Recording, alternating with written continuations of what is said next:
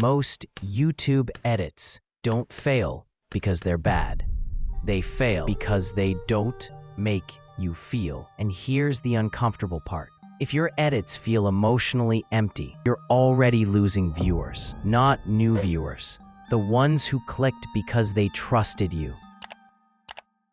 I used to think clean cuts and good music were enough. They're not. I've made edits that looked great, and people still clicked away. That's when I realized I was cutting for style, not perspective. Perspective editing is simple.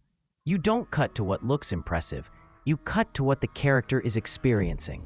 The moment you skip that, the story flattens.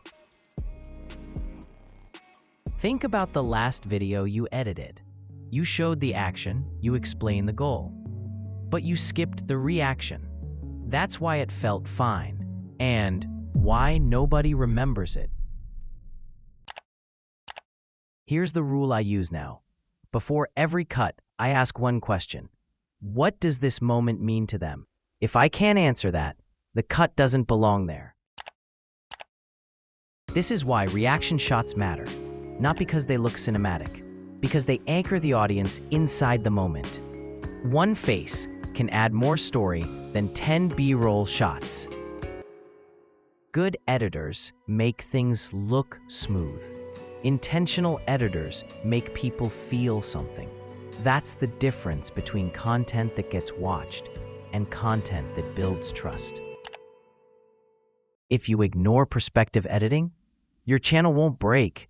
You won't get banned. Instead, your growth just stops. Views get stuck. People click away early. And the worst part is you have no idea why. On your next edit, try this. Add one reaction cut you normally wouldn't. Hold it half a second longer. Watch how the moment changes. I didn't learn this from a tutorial. I learned it from watching my own edits fail. I don't want you making the same mistake. If this helped you, hit like. It tells the algorithm to show this to editors who care about storytelling, not hacks. That's how we raise the bar together.